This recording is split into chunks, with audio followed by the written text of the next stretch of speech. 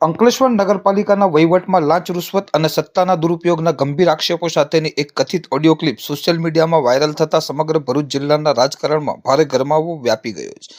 આ વિવાદના પગલે વિપક્ષ કોંગ્રેસ હવે આક્રમક મૂડમાં જોવા મળી રહી છે અને શાસક પક્ષના વડા સામે મોરચો માંડ્યો છે। ઘટનાની ગંભીરતાને ધ્યાને લઈ કોંગ્રેસના એક ઉચ્ચ સ્તરીય પ્રતિનિધિ મંડળે આજે સુરત ખાતે પ્રાદેશિક નિયામક નગરપાલિકા આરસીએમ સંજય વસાવાની રૂબરૂ મુલાકાત લીધી હતી અને ભ્રષ્ટાચારના મુદ્દે વિગતવાર આવેદનપત્ર સુપરત કરીને ન્યાયિક તપાસની માંગ કરી હતી। કોંગ્રેસે આક્ષેપો કર્યા છે કે વાયરલ થયેલ ઓડિયો ક્લિપમાં નગરપાલિકાના વડા દ્વારા આર્થિક લેવડ દેવડ અને પદનો દુરુપયોગ કરી ભ્રષ્ટાચાર આચરવામાં આવ્યો હોવાના સ્પષ્ટ પુરાવાઓ મળી રહ્યા છે, જે લોકશાહીના મૂલ્યો અને નગરપાલિકાના પારદર્શક વહીવટ માટે અત્યંત શરમજનક બાબત છે।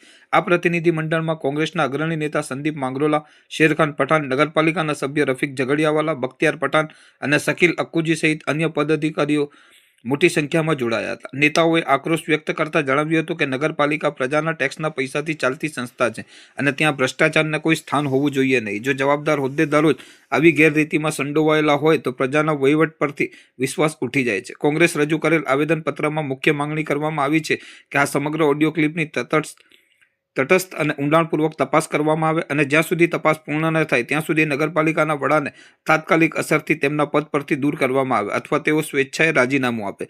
બીજી તરફ સુરત આરસીએમ સંજય વસાવાએ આ મામલે યોગ્ય કાર્યવાહીની ખાતરી આપતા જણાવ્યું હતું કે આ કથિત ઓડિયો ક્લિપ અને આવેદનમાં દર્શાવેલ ગંભીર મુદ્દાઓ અંગેનો રિપોર્ટ તાત્કાલિક મંગાવવામાં આવ્યો છે અને તપાસ બાદ કાયદેસરના પગલાં લેવામાં આવશે।